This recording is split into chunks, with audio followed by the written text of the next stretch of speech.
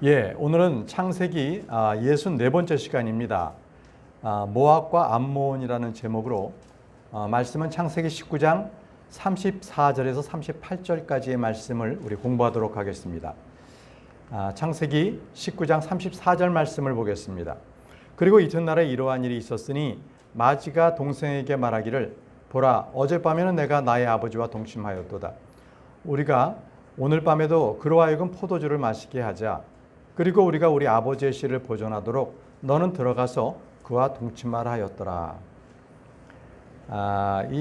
지난주에 우리가 말씀을 보았던 것처럼 롯의 맏딸은 자기 아버지 롯에게 포도주를 줘서 취하게 하고 아버지와 동침을 한 거죠.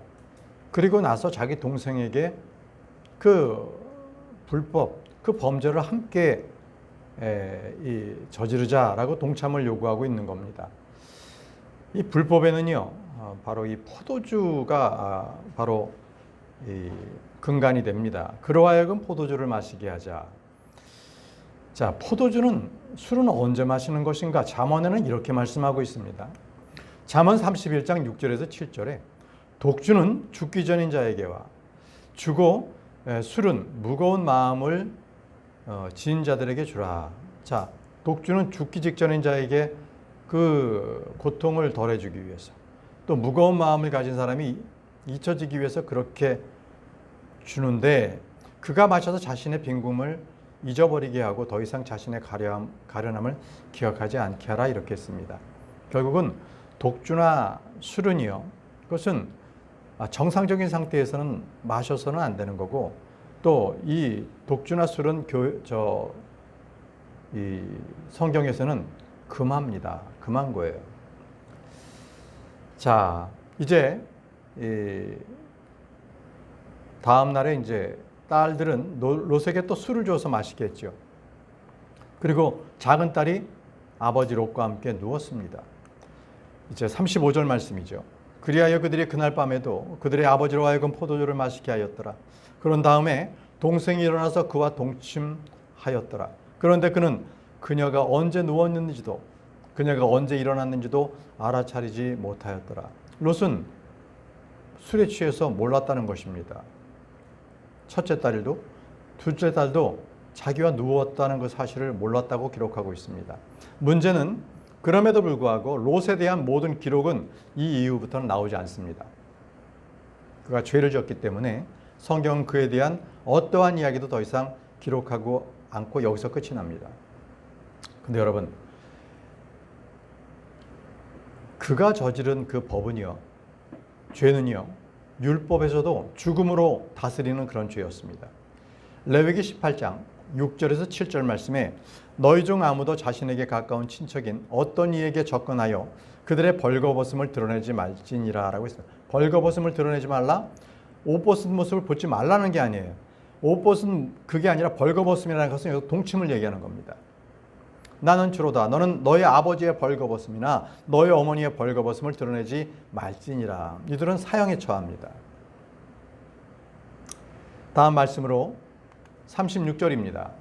이렇게 하여 롯의 두 딸들 모두가 그들의 아버지로 인하여 아이를 잉태하였더라라고 되어 있습니다. 자, 아버지와 동침했기 때문에 아버지의 아들을 낳은 겁니다. 이렇게 하여 그들의 행위로 인해 가지고 말이죠. 자, 롯은요, 딸들이 임신했을 때 몰랐을까요? 분명히 알고도 남았을 거예요. 왜 자기에게 술을 먹였는지, 자기가 인사불성이 되는 그 술주정뱅이가 되도록 왜 그렇게 됐는지, 이거는 모를 수가 없는 거죠. 자, 이제 그들의 거기서 태어나는 아이들에 대한 이야기입니다. 결국은 이 아이들은 좋은 짓을 하지 못하는 그런 족속이 됩니다. 창세기 19장 37절에 그리하여 마지가 한 아들을 낳았으니 그의 이름을 모압이라 불렀더라. 바로 그가 오늘날까지 이르는 모압 족속들의 조상이라. 자, 모압 족속의 바로 조상 모압이 나옵니다. 모압. 우리는 성경에서 이 모압이라는 이 족속들이 어떠한 족속들인지를 한번 살펴보도록 하겠습니다. 먼저 모압 족속의 여자들은요, 솔로몬에게 죄를 짓게 했습니다. 큰딸, 롯의 큰딸에게서 난 그 모압 그 족속 그 여자들은요 솔로몬에게 죄를 짓게 했는데 느헤미야 13장 23절 26절에 이렇게 기록하고 있습니다. 그 당시에 또한 내가 아시도 출신과 암몬 출신과 모압 출신의 아내들과 혼인한 유대인들을 보았더라. 이스라엘 왕 솔로몬이 이런 일들로 죄를 짓지 아니하였느냐. 그럼에도 많은 민족들 사이에 그와 같은 왕이 없었으니 그는 그의 하나님의 사랑을 받은 자였고 하나님께서 그를 온 이스라엘을 다스리는 왕으로 삼으셨도다. 그럼에도 불구하고 그마저도 이국 여자들이 죄짓게 하였느니라. 그 이국 여자들 중에 모압 출신의 아내들이 있었다는 것입니다. 죄를 짓게 하는 그러한 근본적인 바로 그러한 여인이었다는 거죠. 또 열왕기상 11장 1절에 다시 기록합니다. 그러나 솔로몬 왕이 많은 타국 여인들을 파라오의 딸과 더불어 사랑하였으니 그 중에 모압 족속들과 모압 족속의 여인이 바로 솔로몬이 취한 타국 여인들 중에 하나였습니다. 솔로몬 왕이 결국은 말년에 이방 신들을 접하잖아요. 그게 바로 다 이런 이방 여인들을 아내로 취했기 때문인데 그 중에 모압 족속 여인이 있었다는 거예요. 또 모압 족속의 왕은요. 모압 왕이 이스라엘 백성이 광야로 들어가 있었을 때 그들을 저주하게 했어요. 바로 이 이방 제사장인데 발라함을 통해 가지고 이스라엘을 저주하게 만드는 것이 바로 민수기 22장과 23절에 잘 기록되어 있는데요. 그 중에 일부의 말씀만을 보시면 민수기 22장 5절과 6절에 그러므로 그가 부올의 아들 발람에게, 이게 이방 제사장입니다. 발람에게 그의 백성의 자녀들의 지역에 속한 강가인 프롤로 전령들을 보내었으니 그를 부르며 이같이 말하였더라. 보라, 이집트에서 나온 백성이 있느니라. 보라, 그들이 땅의 표면들을 덮으니 그들은 나의 맞은편에 거하는도다. 이스라엘 백성들이 지금 왔다는 겁니다. 그러므로 이제 보라, 내가 너에게 간구하노니 나를 위하여 이 백성을 저주하라. 자, 모압 왕이 지금 이 발람에게 그에게 금전을 주면서 이스라엘 백성들을 저주하라는 거예요. 자기 땅에 들어가지도 않았어요. 못 들어가기 때문에 그 경계를 통해서 지금 이 광야로 지금 가고 있는데 이 백성을 저주하라고 사주하고 있는 겁니다. 그게 모압 왕이었어요. 또 사사기로 넘어가게 되면 모압 왕 에글론이 이스라엘을 탄압을 합니다. 압제합니다.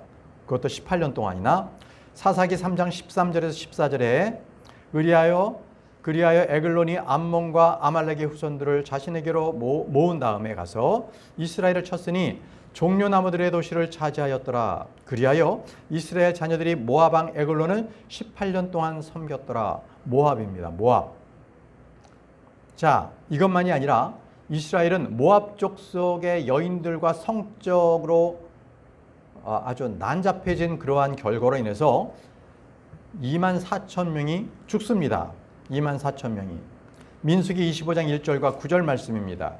이후에 이스라엘이 시딘 가운데 거하였는데 백성이 모압의 딸들과 더불어 행음하기 시작하였더라. 모압의 딸들. 그들의 신전에 가서 제사하고 신전 여인들과 함께 그들은 행음을 저질렀어요. 그리하여 그 재앙으로 죽은 자들이 24,000명이었더라라고 되어 있습니다. 모압 족속들은요 끝까지 이스라엘을 괴롭힙니다. 지금도 그렇습니다. 지금도. 자, 모압인들은요 이스라엘을 과거에 500년 동안이나 괴롭혀서 대적을 한 것이 바로 성경에 기록되어 있습니다. 다윗이요 나중에 이 미방 민족들을 정복할 때 그 중에는 모압 족속의 이름이 나옵니다. 사무엘하 8장 12절입니다. 곧 시리아와 모압과 암몬의 후손들과 필리스타인들과 아말렉에서 취한 것들이며 르홉의 아들이자 조바의 왕인 하다레젤의 노획물에서 취한 것들이라. 이것은 바로 이 다윗이 전쟁에서 승리한 바로 그러한 노획물들을 얘기할 때 모압 족속에서 취한 얘기가 나옵니다. 이제 모압과 그의 땅은 주님께서 재림했었을 때 하나님께서 진노의 아주 대상으로 그들을 삼습니다.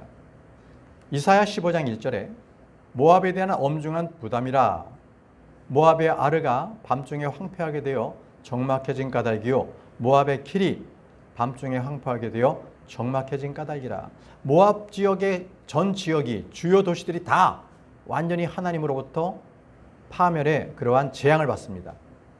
그것이 바로 모압에 대한 엄중한 부담이라고 말씀하셨습니다. 지금 모압이 어느 지역이냐면요, 요르단 아시죠? 요르단 국가, 요르단입니다. 요르단. 그 지역이 모압 지방입니다. 자, 이제 다시 창세기 말씀으로 돌아가겠습니다. 창세기 19장 38절, 이제 동생 얘기가 나옵니다. 동생. 그리고 동생인 그녀 역시 한 아들을 낳았으니 그의 이름을 베남미라 불렀더라. 베남미, 내 백성의 아들이라는 뜻입니다. 베남미라는 것은 내 백성의 아들. 바로 그가 오늘날까지 이르는 암몬의 후손들의 조상이라. 암몬이었습니다. 언니가 낳은 아들은 모압, 그리고 동생이 낳은 아들은 암몬이었습니다. 자, 이제 또 암몬 족속은 어땠는가? 그들이 태어나면서 어떠한 결과를 가져왔는지 한번 보겠습니다. 먼저 그들은 어디 살았느냐? 암몬은 모압의 바로 위에 북쪽 동쪽에서 북동쪽에서 살았어요. 지도 한번 보시죠. 지금 여러분 보시면은 이쪽 오른쪽에 보이는 게 이스라엘입니다. 거기에 중간에 사이가 있고 그 건너편에 맨 위에가 암몬입니다. 둘째 딸이 난 거죠. 그 밑에가 모압입니다. 첫째 딸이 난 거죠. 그 밑에가 이스마엘 족속 에돔입니다. 에돔. 이렇게 돼 있어요. 암몬, 모압, 에돔. 요게 지금 지형입니다. 자, 이 암몬과 모압 족속들은 이스라엘 백성의 회중에 10세대가 지나도 까지도 그들은 회중에 들어오지 못하도록 그렇게 율법에 명시되었습니다. 신명기 23장 3절에 암몬 족속과 모압 족속은 주의 회중 가운데로 들어오지 못하리라. 심지어 그들은 그들의 10대까지도 10 generations입니다. 10th generation 10대까지도 10살이 아니라 10세대입니다. 계속해서 주의 회중 가운데로 들어오지 못하리라라고 했습니다. 딱 막아 놓으신 거죠. 그리고요, 이 암몬 족속은요, 사사기에서 이스라엘이 자기네들이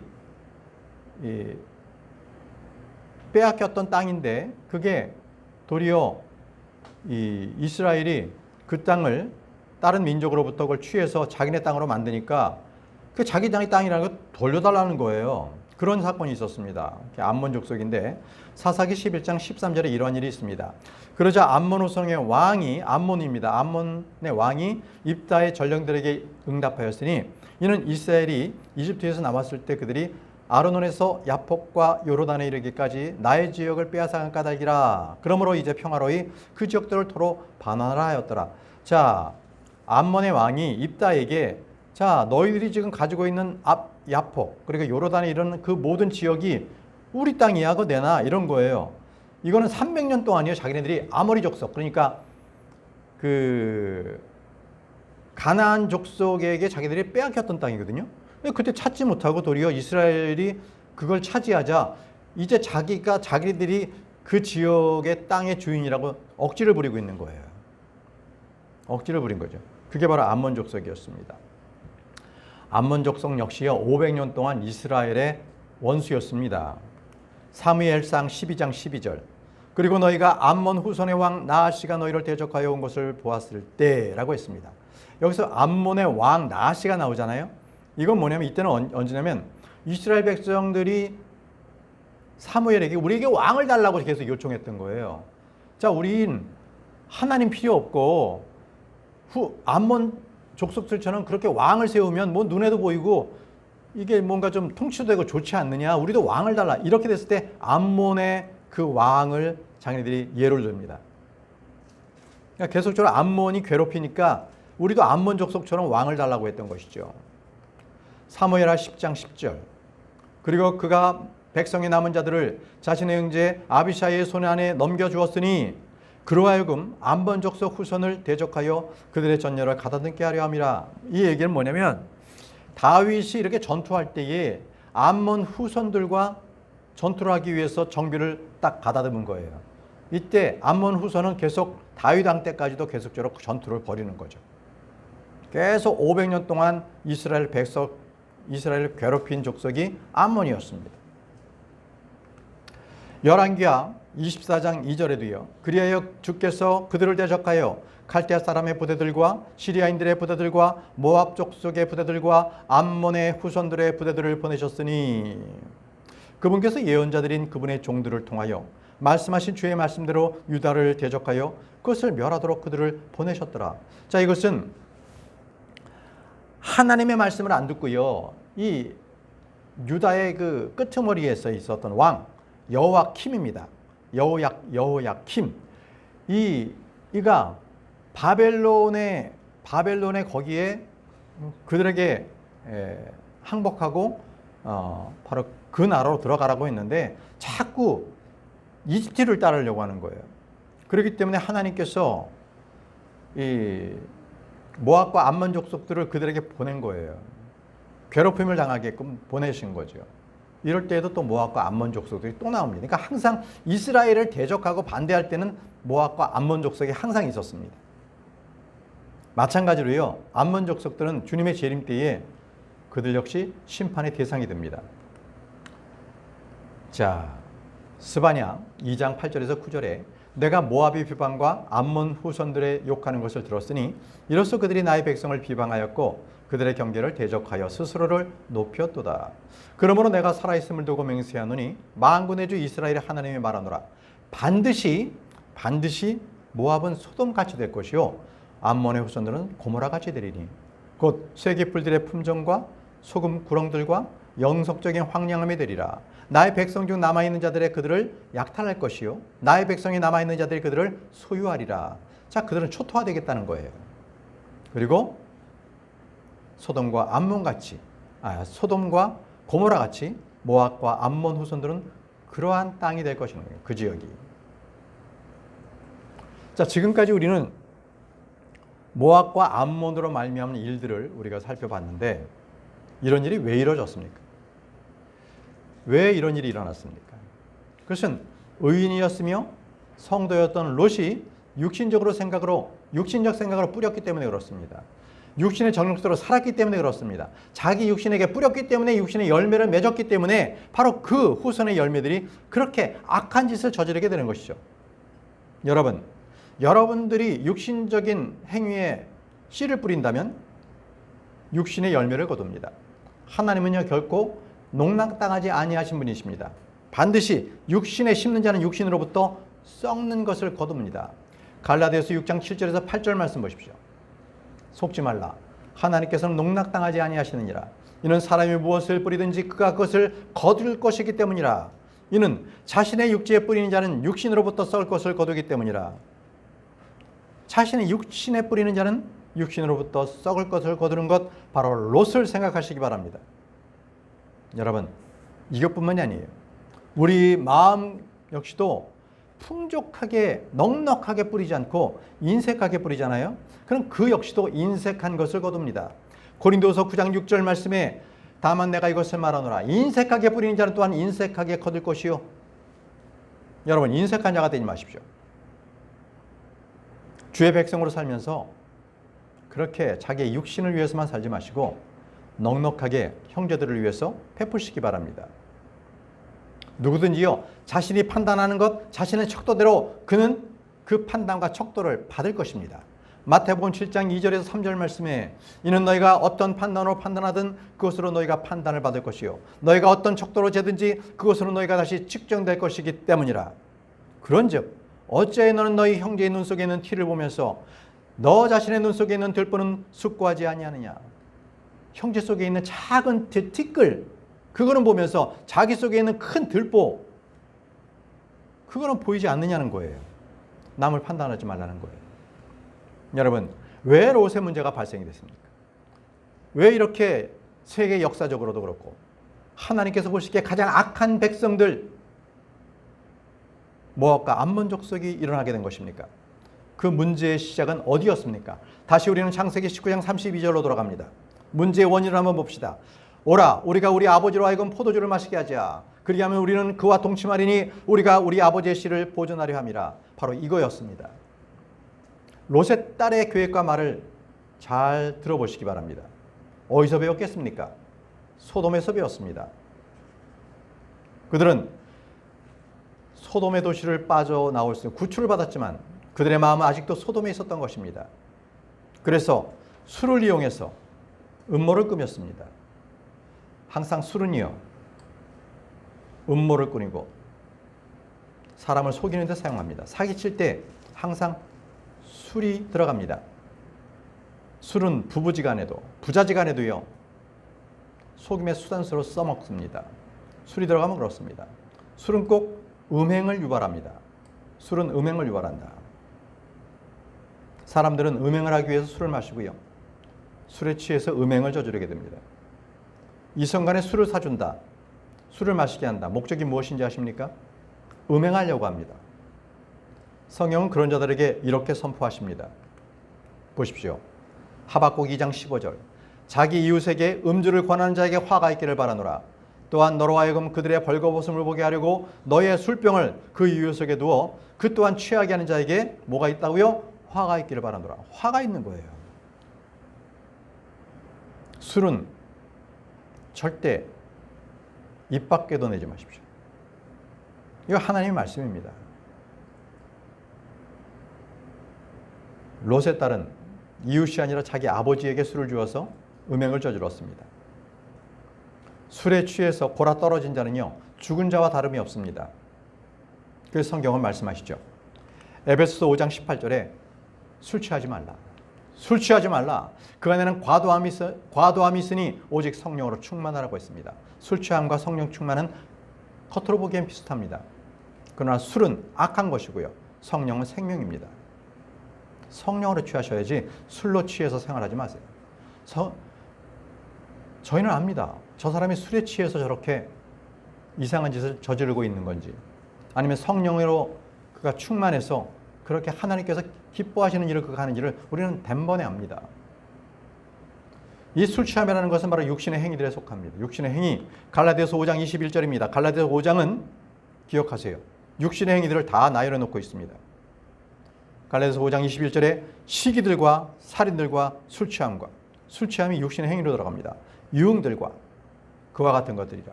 이와 같은 것들에 대해서는 과거에 내가 너에게 말한 것 같이 내가 미리 너에게 알려주었느니 그러한 것들을 행하는 자들은 하나님의 왕국을 상속받지 못하리라. 상급이 없다는 거예요. 롯의 딸들이 소돔의 징계로부터, 파멸로부터 구출은 받았지만 그들은 계속적으로 소돔의 그 악한 행실들을 따라 행했습니다. 그들에겐 구출은 받았는지 모르지만 상급이 없는 거예요. 우리도 마찬가지입니다. 술 취하십니까? 유흥들을 즐겨 하십니까? 예, 그렇다면 상속받지 못합니다. 다시 창세기 19장 33절, 롯과 그의 두 딸들을 다시 한번 살펴보겠습니다. 그래야 그날 밤 그들이 그들의 아버지로 하여금 포도주를 마시게 하였더라. 그런 다음에 마지가 들어가서 그녀의 아버지와 동침하였더라. 그런데 그는 그녀가 언제 누웠는지도, 그녀가 언제 일어났는지도 알아차리지 못하였더라. 여러분, 롯과 그의 두 딸들은 분명히 멸망당한 소돔 성으로부터 구원받았습니다. 그럼에도 불구하고 소돔에서의 그 부패하고 타락했던 생활은 청산하지 못했습니다. 계속적으로 구원받았음에도 불구하고 과거의 생활 습관을 답습함으로써 그들은 근친상간의 죄를 범하고 말았습니다. 그리고 끝났습니까? 아닙니다. 역사적으로 대대적으로 그 죄에 대한 오명을 계속적으로 남기고 있는 겁니다. 여러분, 롯은 더 이상 성경 기록이 없습니다. 하나님의 교제가 없다는 것입니다. 여러분, 구원받았으나 계속적으로 옛날의 습관으로 살아가는 사람은 하나님과 교제가 있을 수가 없습니다. 계속적으로 죄악을 쫓아 사는 그러한 사람은 구원은 받았을지 모르나 보상과 상급은 없습니다. 그래서 주님께서 말씀하십니다. 사탄을 주의하라. 정신을 차리고 깨어 있으라. 대적마귀가 울부짖는 사자처럼 너희를 찾아다닌다. 이렇게 경고의 말씀을 주시고 계십니다. 베드로전서 5장 8절입니다. 정신을 차리고 깨어있으라. 이는 너희의 대적마귀가 울부짖는 사자처럼 자신이 삼킬 수 있는 자를 찾아 두루다니기 때문이라. 여기서 삼키는 자는 뭡니까? 여기는 성도예요. 베드로서는 성도들을 위해서 쓴 글입니다. 그런데 정신을 차리고 깨어있으라는 것은 믿지 않는 사람이 아니에요. 대적마귀는 그들을 이제 그들의 자기의 세력 권세에 있기 때문에 가만두고 성도들을 괴롭혀 성도를 찾아다니는 거예요. 그래서 옛 습관을 계속적으로 행하는 자들을 찾아다니는 거예요. 왜? 자기가 삼켜버리려고. 더 이상 그가 하나님의 선한 행실을 하지 못하도록 그렇게 만드는 것이 바로 마귀입니다. 여러분, 우리가 지금 살고 있는 지금 이 시대는요, 밤의 시대입니다. 새벽을 기다리는데 뭐예요? 새벽 늦게 주님이 오시니까 의의 해는 예수 그리스도십니다. 이제 지금 세상은요, 세상 연락에 빠져가지고 영적인 잠에 빠져 있는 상태입니다. 이럴 때일수록 우리는 더 깨어서 근신해야 합니다. 믿음의 생활로 승리해야 합니다. 어떻게 살아야 할 것인가? 어떻게 살아야만 주님께서 기뻐하시고 어떻게 살아야만 우리의 미래가 보장을 받는가? 이게 바로 우리의 크리스천들의 생활 방식입니다. 오늘 마지막 말씀 보겠습니다. 데살로니가전서 5장 6절에서 8절 말씀입니다. 그러므로 우리는 다른 이들이 하는 것처럼 잠자지 말자. 오직 우리는 깨어있고 정신을 차리자. 이는 잠자는 자는 밤에 자고 술 취한 자는 밤에 술 취하기 때문이라. 그러나 낯에 속한 우리는 정신을 차리고 믿음과 사랑의 흉갑을 입자. 또 구원의 소망을 투구로 쓰자라고 했습니다. 여러분, 우리는 깨어있고 정신을 차려야 합니다. 지금 밤의 시대에 잠을 자던가 술 취해 있어서는 안 됩니다. 정신을 차리고 믿음과 사랑의 흉곽과 구원의 소망을 쓰고 그렇게 살아가야 합니다. 지금 사는 시대가 만만치 않습니다. 순간적으로 우리가 주님을 놓치게 되면 우리는 영락없이 죄 속에 휩싸이게 되는 거고요. 더러운 생활을 하게 되는 것이죠. 여러분, 깨어있고 정신을 차리시기 바랍니다. 자, 기도하고 마치겠습니다.